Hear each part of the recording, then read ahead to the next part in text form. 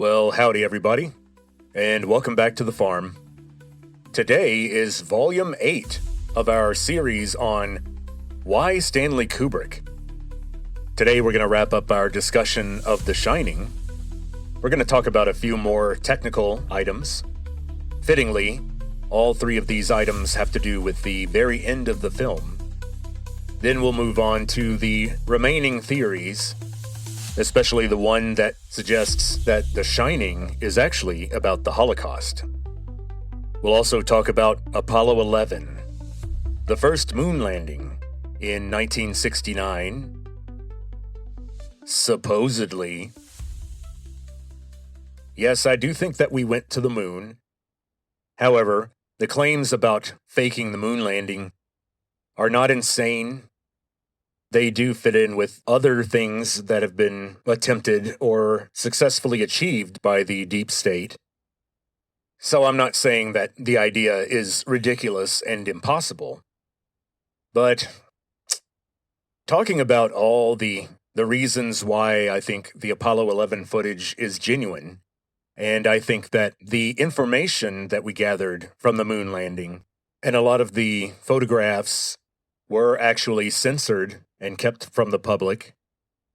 So the idea that NASA hides things for the sake of the deep state is not a crazy idea.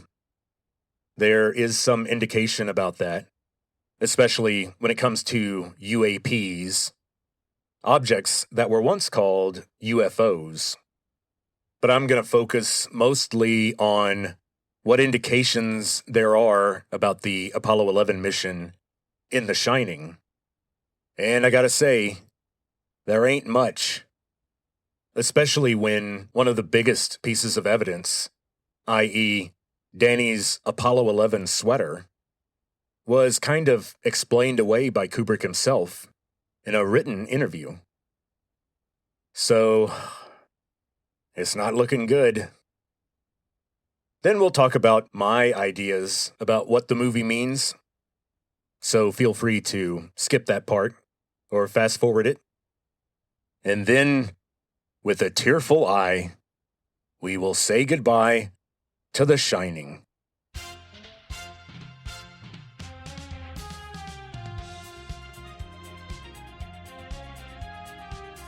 But first, we gotta hit on Steadicams again.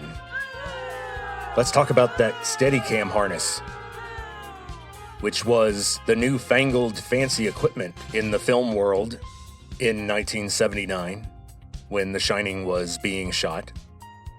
Now, Kubrick thought that The Shining was an excellent use case for the use of the Steadicam harness. And the reasoning for that is that Kubrick wanted the point of view of the camera to look like it was floating or gliding smoothly behind the characters, and following them around just like a ghost. It has a subtle but very different effect on the viewer than handheld cameras, or cameras that are being rolled across dolly tracks. This is kind of like a dolly camera move that can change elevation and can go anywhere. Steadicam is so common now that it doesn't have the creepy wow effect on the audience that it did in 1980. However, people still really like the tricycle scene. They like to see the camera following so closely behind him, with that floating smoothness and the seeming ubiquity of the camera. Perfectly simulates the overview of the Overlook Hotel itself, which presumably sees everything that happens. The spirit of the Overlook Hotel is always looking over everyone's shoulder, constantly plotting against them. Now, one thing I need to mention is that the young actor, Daniel Lloyd, pedaled his tricycle a little faster than the cameraman could follow on foot. Now, of course, the cameraman could jog behind the tricycle, and the shot would have looked good. It would have been steady because of the harness. The problem is that the harness is very heavy, so we had a cameraman who was risking total exhaustion And so at some point, Kubrick had the cameraman wear the Steadicam harness while sitting in a wheelchair. And then production assistants would push the wheelchair at the same speed that Daniel Lloyd was pedaling his tricycle. And unfortunately, the cameraman had to follow Danny a second time at the end of the film, when Danny is running for his life in the hedge maze. If you watch that, keep an ear on the soundtrack. The music score imitates the sounds of the tricycle early in the film. In the orchestra theme, you'll hear alternating variations on the theme that imitate the difference between the sound of Danny's tricycle on the hardwood floors versus the carpet. And I think that's a cool attention to detail. A nice callback.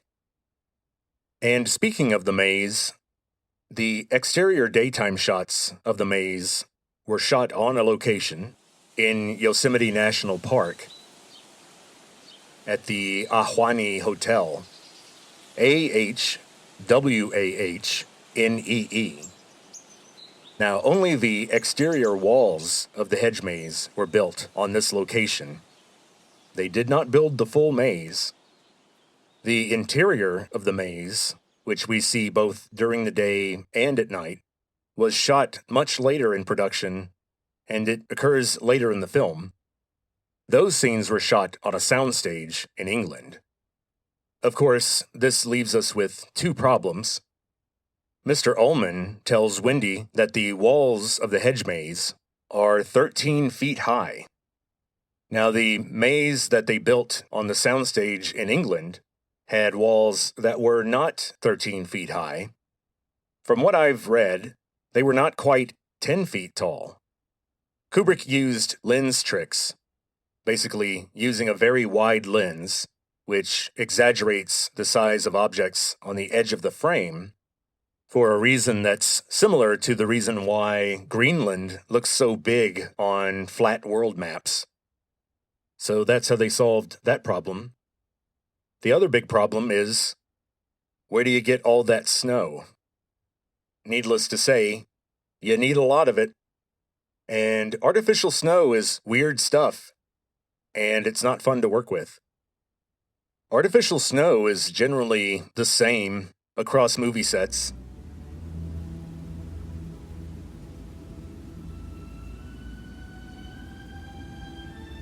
Peter Jackson used a ton of this stuff for certain shots of the Lord of the Rings trilogy.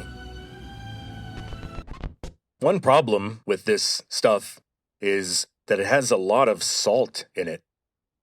Salt and crushed polystyrene. So it's salt and styrofoam. And Kubrick ordered 900 tons of it. So The Shining uses 900 tons of salt and crushed polystyrene. And this is because almost all of the ending outdoor shots, the shots with all the snow and the maze and Wendy checking on the snowcat, that was shot on a soundstage. So now you can probably imagine why they needed so much of this stuff. If you watch the documentary about the making of The Shining, there's a very tense scene where they have a cherry picker that's lifting up a big rack of snow sprayers.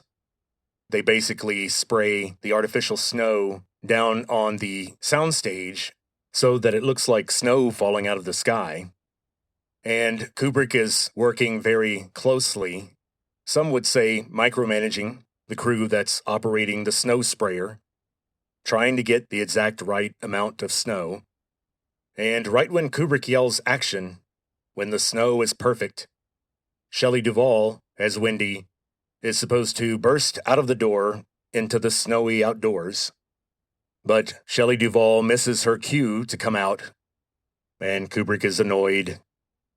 Kubrick goes to investigate what happened, and Shelley Duvall explains that she couldn't hear the cue, and Kubrick didn't seem to accept that explanation. And he says, come on. We're fucking killing ourselves out here. Cut. You're terrible at impressions, Vincent. No, seriously, I mean it. It's really terrible. Here's what I said. I said, "Oh, come on, we're killing ourselves out here." Since we're talking about the ending of the movie, and also about the end of the production of the movie, and since Kubrick kept rewriting the script as they were shooting, we can even say that we're talking about how Kubrick decided to end the movie in terms of writing the script. And one thing I think I have to say on this subject is I don't think Kubrick had the slightest clue about how to end the movie. The ending of the novel involves Wendy and Danny getting away in Halloran's snowcat, driving away while the Overlook Hotel burns to the ground. Obviously, Kubrick didn't like that ending, but it is strange to consider that Full Metal Jacket, his next film, ends with buildings burning in the final shot. And one thing I notice about The Shining is that it may not have the most memorable final shot like most of his other films. I think almost everyone's familiar with the image of the frozen Jack Nicholson with his eyes up.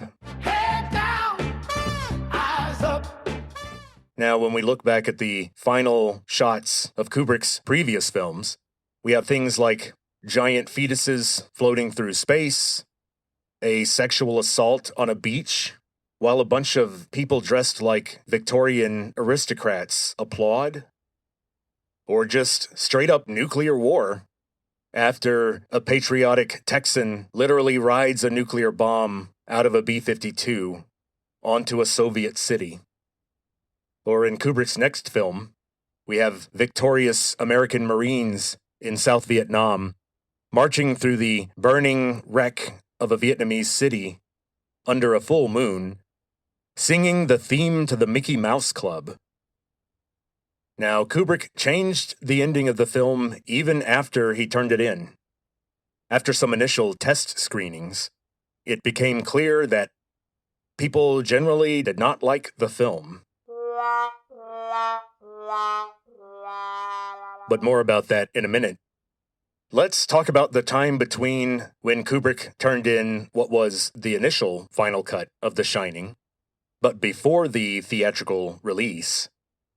So Kubrick had to come up with the poster, the one sheet. What would be on it? How do you convey what the experience of watching this movie will be like?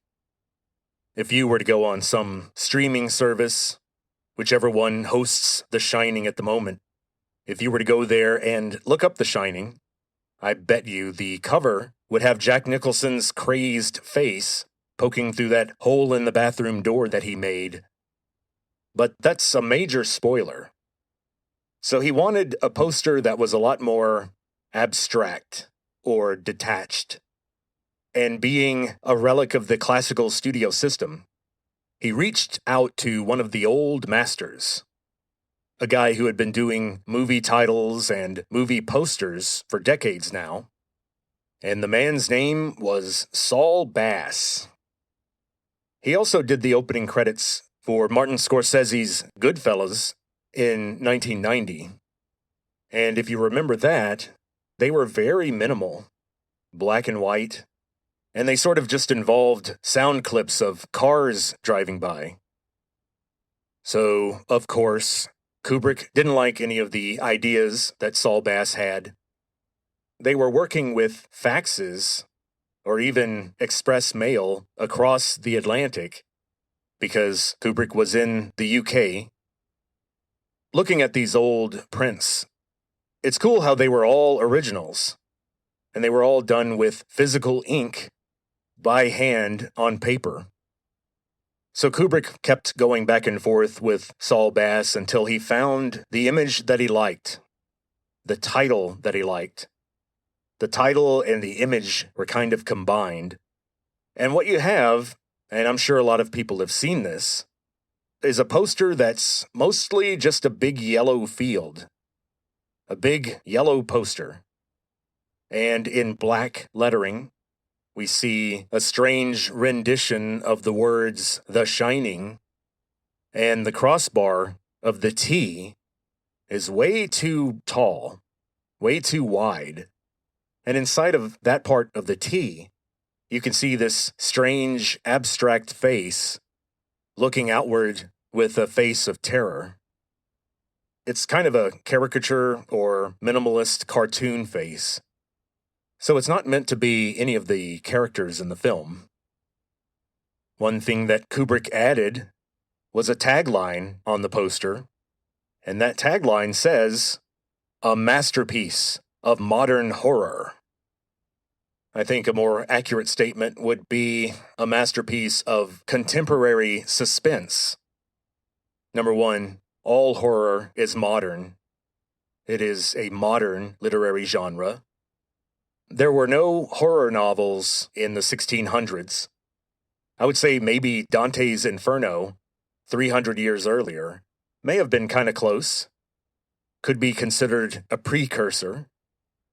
But the masterpiece part is one that a lot of people had a problem with.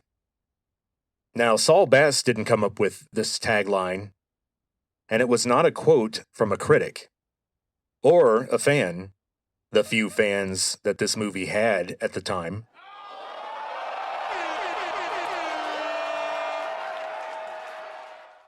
That statement came from Kubrick. Kubrick himself had that tagline put on the poster. Those are his words. And I think this shows a creeping level of self-indulgence and a level of extreme behavior that I think betrays a kind of self-doubt. His ego was going off the charts right when the reviews were coming back from the test audiences. And they hated it. In general, people found it slow, confusing, unrealistic, which was a big problem in 1980. One reason why Star Wars was so popular is because Lucas presented us with a lived-in world that really seemed real. It was the first time a movie set in space that was a space fantasy actually succeeded in getting the audience to suspend disbelief and feel like they were actually in that world. And if you want another indication of this self-doubt, let's talk about the fact that before The Shining was released in the UK and in Europe, Kubrick went in and cut 25 minutes. Now, he cut a few minutes from even the American version, but only a few. And the reviews were slightly better in Europe because it gave the movie a much faster pace and also a more conclusive ending. Kubrick never said that he edited the movie to please test audiences, but of course he wouldn't say that. He said that he tailored the film for its release into different cultures. He said that he changed the UK and European version of the film strictly because they're a different audience after all. I'm not buying it. Because Kubrick seems to have cut some scenes that he was unhappy with, unsatisfied. He cut out a scene where Scatman Crothers, playing Dick Halloran, has a phone call with someone that he's trying to rent a snowcat from. Maybe that was also cut due to pacing concerns, because that's something we can assume that he did when he shows up at the hotel in a big giant snowcat. Kubrick also cut out Wendy seeing the room full of skeletons at the end. And I noticed that some people kind of roll their eyes when they see that. And I don't know if those skeletons sell the realism. So maybe that's why Kubrick cut it. It couldn't have been that much for pacing because it lasts a grand total of about 10 seconds. 10 seconds is a drop in the bucket for a movie with long takes like The Shining. Even your more highfalutin, high-culture critics thought it was slow and overbearing. And the critics weren't kidding. When Oscar season came around, The Shining was Kubrick's first movie to receive 0 Oscar nominations. And again, let me reiterate that this is back when the Oscars meant a lot more. They still weren't the definitive indicator of filmmaking ability, but there was more of that than there is now. The Academy was a much less political place back then. Now, by 1980, Kubrick had become close friends with an up-and-coming younger director named Steven Spielberg, and he and Kubrick would have long, marathon, expensive, transatlantic phone calls. But Kubrick and Spielberg were able to meet over dinner shortly after the release of The Shining.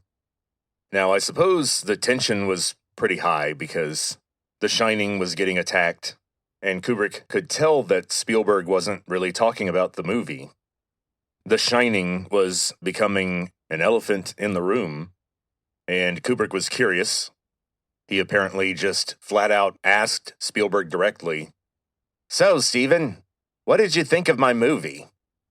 Spielberg himself launched into a long discussion about all the amazing technical achievements and the photography and the skill in manipulating the audience's feelings and perceptions. But Kubrick could tell that Spielberg was holding back, and so he apparently cut off Spielberg's rant by saying, "Steven, it's obvious that you don't like the movie. What didn't you like about it?" So, according to Spielberg, he explained that he thought that the acting was over-stylized. To use Spielberg's word, the acting was like, quote, kabuki theater, end quote. And if you watch any kabuki theater, which is the theatrical productions in traditional Japan, and so they involve elaborate costumes and Baroque makeup and hairpieces, and the acting is extremely exaggerated. All of the movements are big, so that the people in the back row of the old theater can see what's going on. And so Spielberg was getting at that sort of caricature-type behavior that Kubrick was forcing on the actors during production. Now, Kubrick saw this as being, quote-unquote, cinematic, or quote-unquote, interesting. But now that I'm looking back on these events with the 2020 hindsight of 2026, I'm starting to think that Kubrick was right.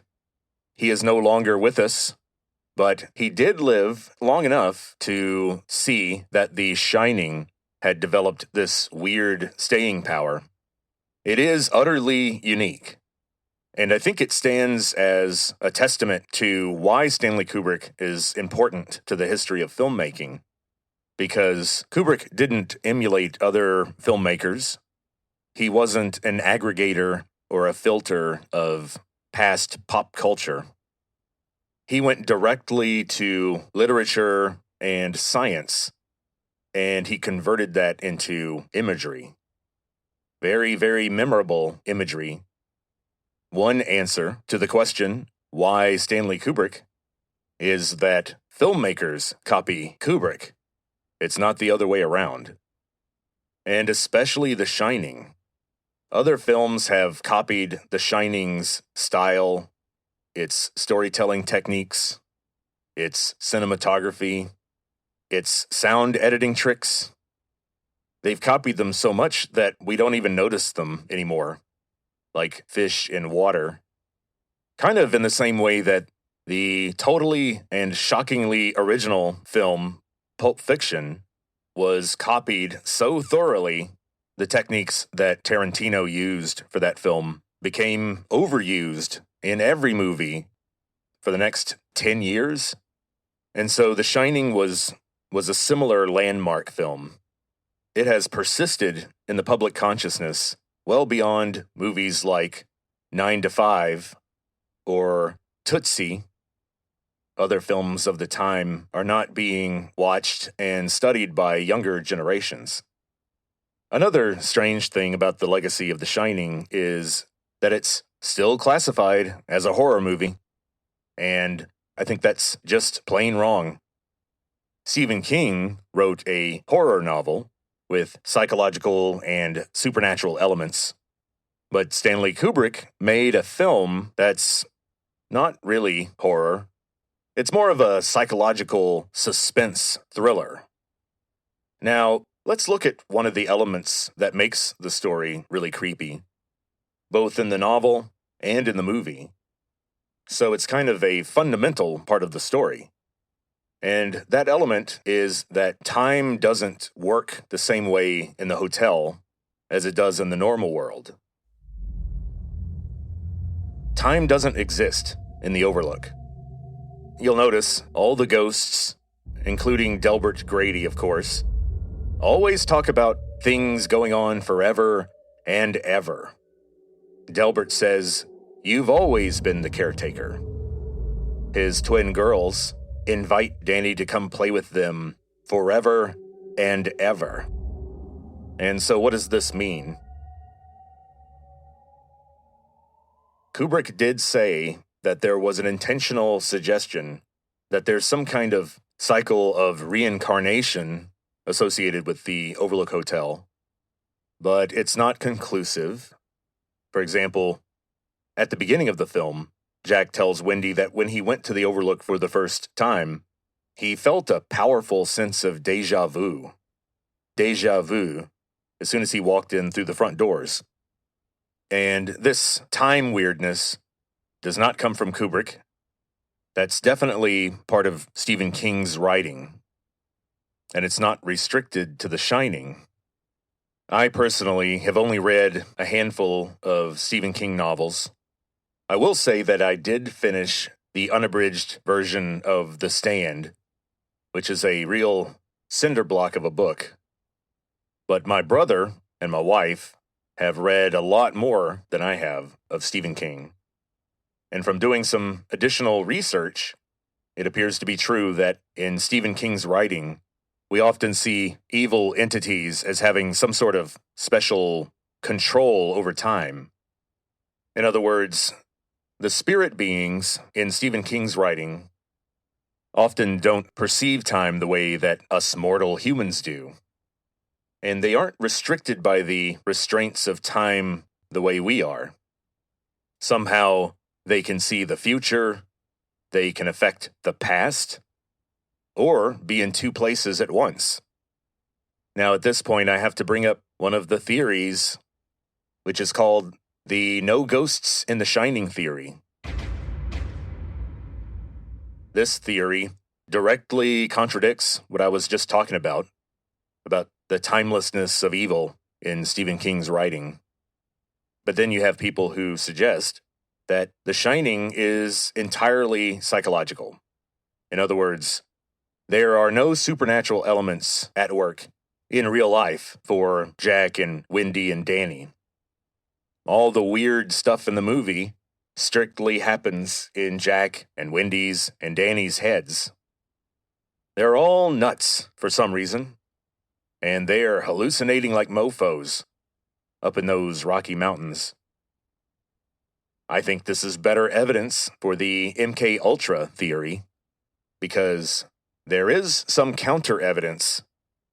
For example, one of the big stumbling blocks for the no ghosts in the Shining theory is when Delbert Grady, who is very clearly some sort of spirit, seems to somehow unlock the storeroom to let Jack out. Now, who let Jack out? The no ghosts in the Shining theory people say that it was Danny. That Danny somehow, I guess, got a footstool and a pair of bolt cutters, and he busted his dad out of that storeroom. I think that's unlikely. And here is the coup de grace. It turns out that Kubrick actually shot a scene of Grady outside the storeroom taking the lock off the door. And later, Kubrick did say that Grady releasing Jack from the storeroom was the first undisputed sign that the supernatural is actually real in the story. So, in my mind, that means that in Kubrick's own headcanon, the supernatural is real. the Overlook is an actual entity, and the characters are not hallucinating like mofos. It turns out the hotel is haunted like a mofo. And there aren't just supernatural elements to the Overlook and to the movie at large. There are also demonic elements. Yes, it turns out that the Overlook is part of the demon realm. So what are some of the clues to that? Well, let's look at the very last shot of the film. The Dolly Inn on the old black and white photograph showing Jack Torrance with old-fashioned slicked-back hair and a tuxedo attending some party on July 4th, 1921. Now, we'll get back to what this date might mean, but let's look at Jack's photo. Let's look at how he's standing in the photo. And let's look at how one of his hands is kind of pointing up in this strange half W shape. And then his other arm is sloping downward, like his fingers are pointing at a 45-degree angle at the ground. Now, if you take that shot and put it right next to the traditional image of Baphomet, one of the forms of Satan that comes in a sort of humanoid goat form, and he's seated on some kind of throne. And in those images, you can see that his arms are in the exact same position as Jack Torrance. And no, that's not all. There are multiple indications, but I would say the next best one would be when Jack Torrance is wandering through the hotel after being accused of hurting Danny, and he goes into the gold room, and when he sits at the bar, there's no alcohol there. Lloyd, the bartender, is nowhere to be seen. Jack Torrance is all alone. Sitting at that bar, he puts his head in his hands, completely defeated, and he says to himself, "I'd give my soul for a glass of beer." Which is, by the way, a very irresponsible statement. For me, it would totally depend on what brand of beer we're talking about. But for Jack Torrance, this puts him directly in a kind of Mephistopheles or Faust type situation, where he's trading his soul for favors from Satan. And this would be a definite clue that the hotel is demonic or just somehow otherwise connected to Satan. And so we've connected the hotel to Satan. Now we're going to identify the hotel with the United States.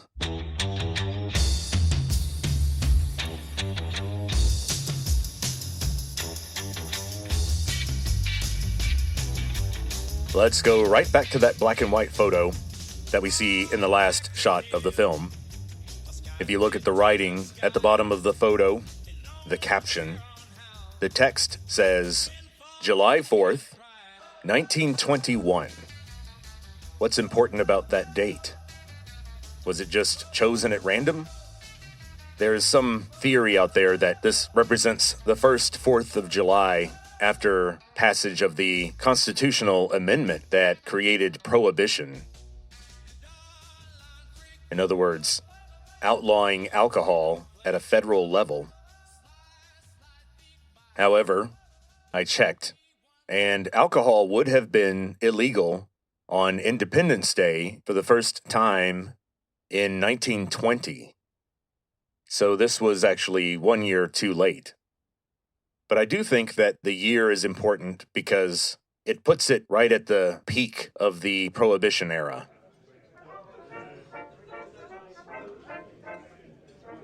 The Gilded Age, where the wealthy were having a good old time before the Great Depression started. And I want everyone to remember the fact that we've got an image with clearly demonic elements that's being associated with the United States, and in particular, the Gilded Age, the era that preceded the Great Depression, the era when the United States was becoming a world superpower.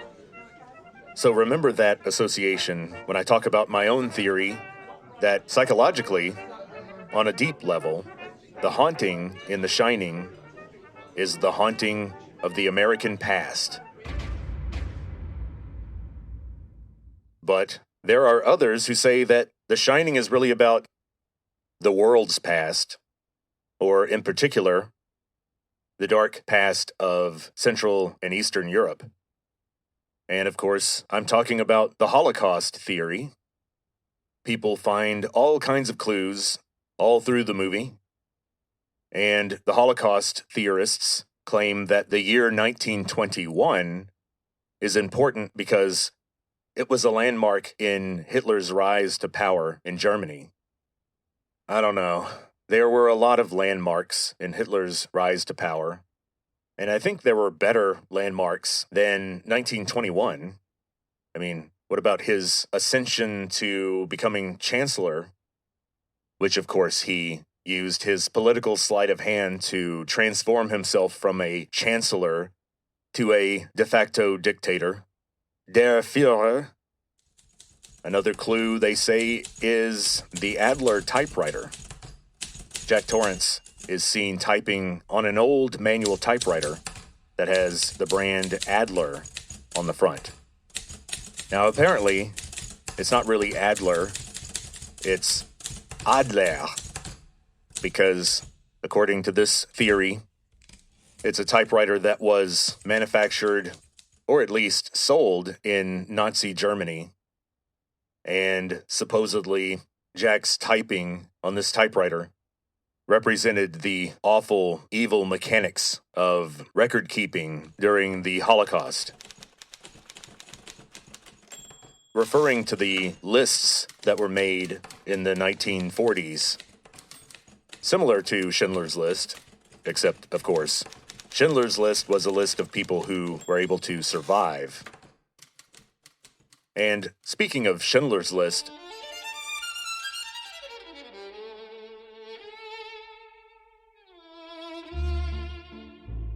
Kubrick did live long enough to see Schindler's List, the latest magnum opus of his young friend Steven Spielberg. And the film, of course, didn't approach the subject at all in the way Kubrick would have.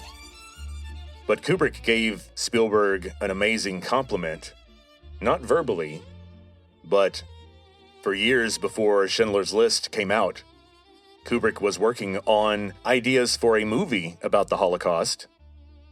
He wanted to do his own World War II Holocaust movie. And after seeing Schindler's List, Kubrick dropped the project and moved on to something else.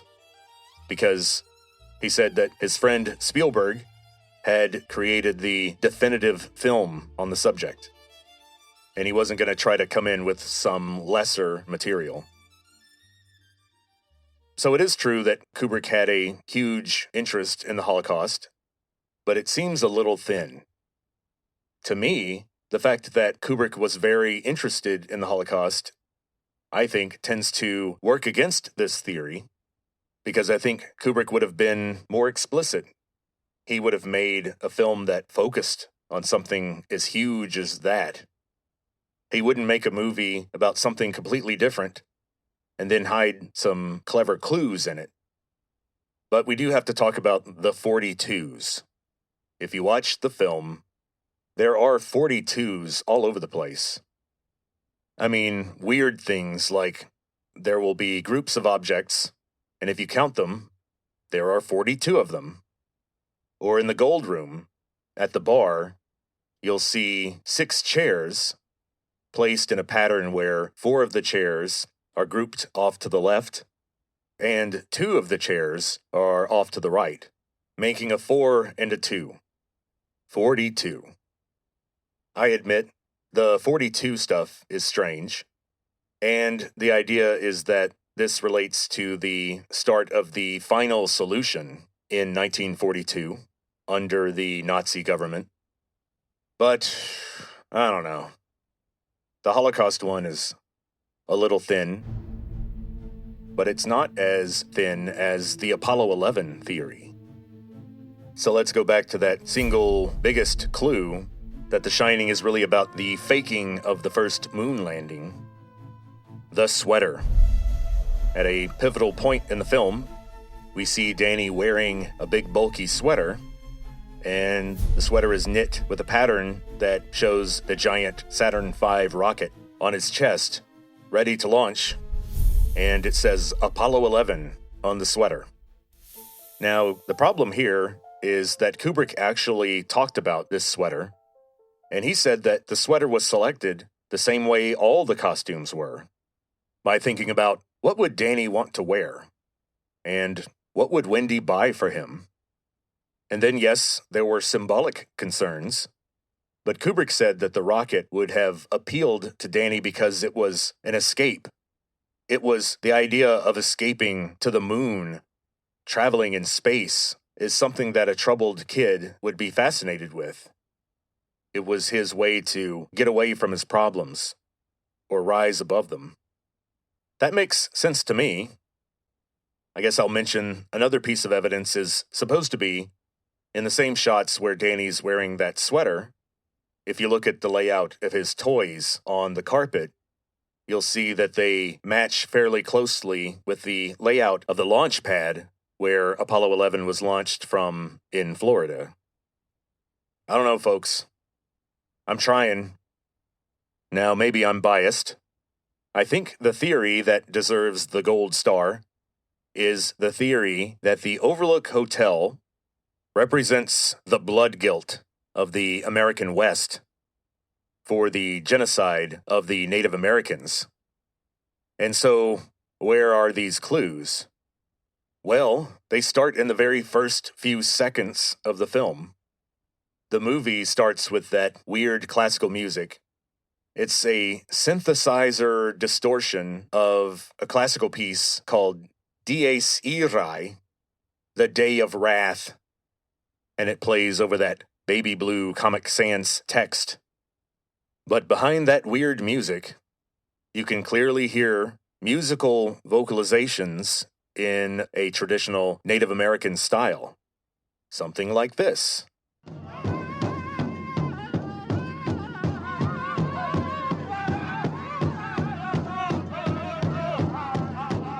So if you go back and watch the beginning of the film, you'll hear that stuff.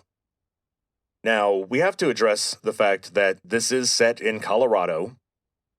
It's in the Rocky Mountains, the American West. And so stories about Native Americans and Native American motifs would make sense.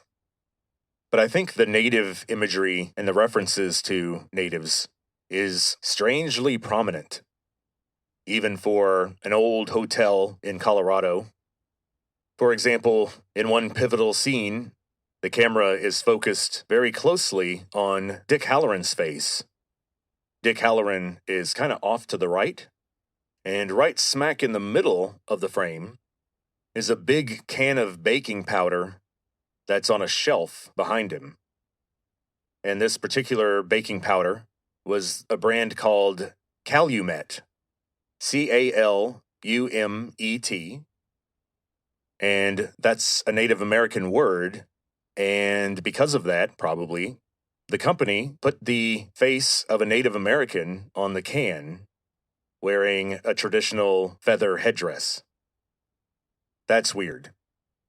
We know that Kubrick fussed over every detail of the set, so to have this Native American face right next to Halloran, almost looking over his shoulder, I think was done on purpose. I think there is a deliberate reference to the Native Americans that once inhabited that whole area.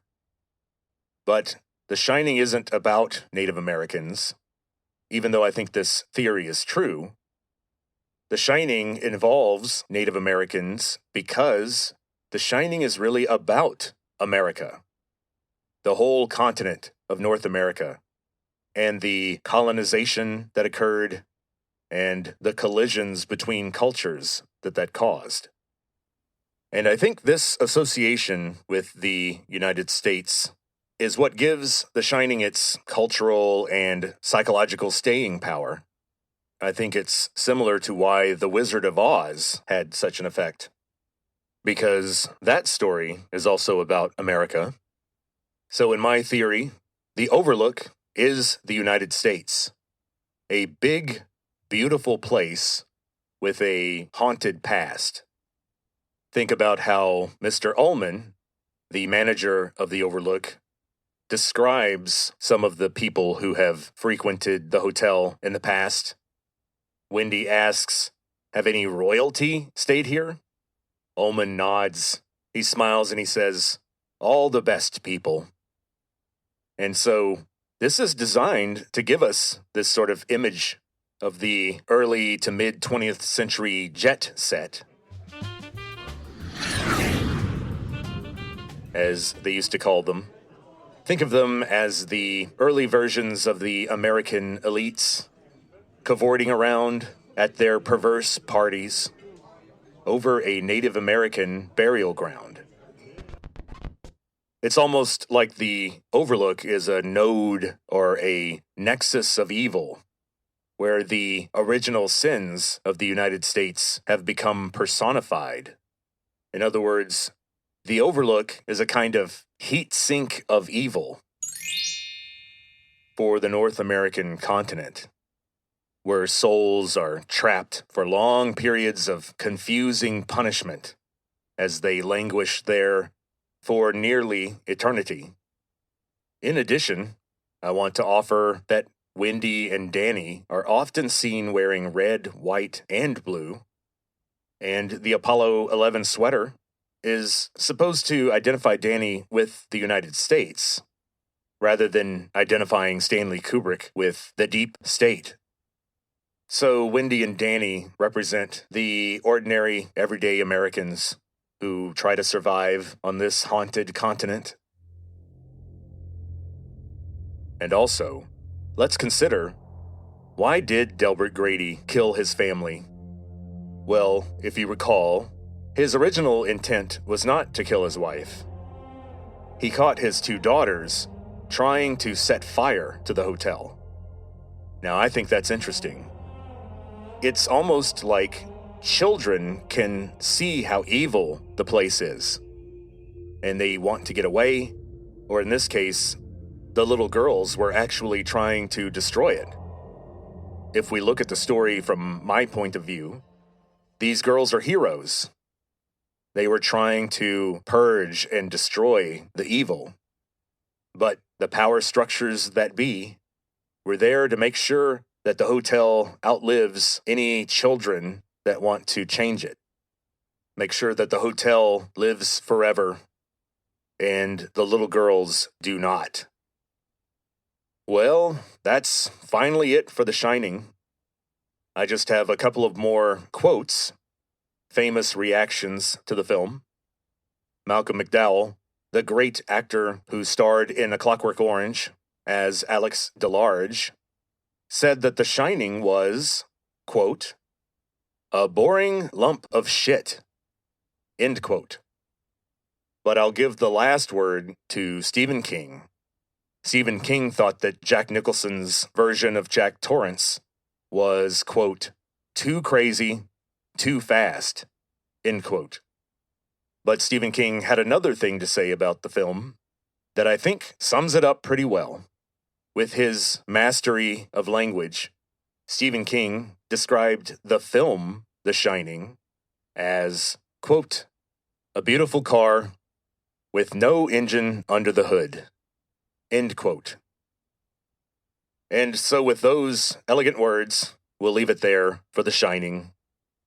We're going to take a bit of a break from Stanley Kubrick. Next week's episode will be on another subject.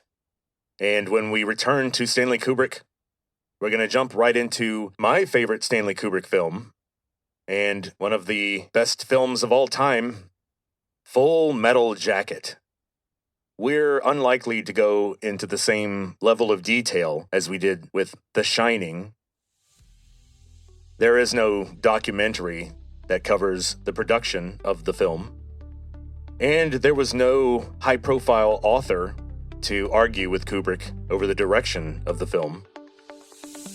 And Kubrick didn't really have huge fights with any of the actors, and it was received well by critics. So we probably won't stay on Full Metal Jacket for long.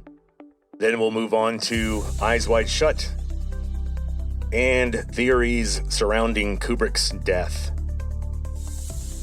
But like I said, next week will be a different subject. And so, until then, talk to you later.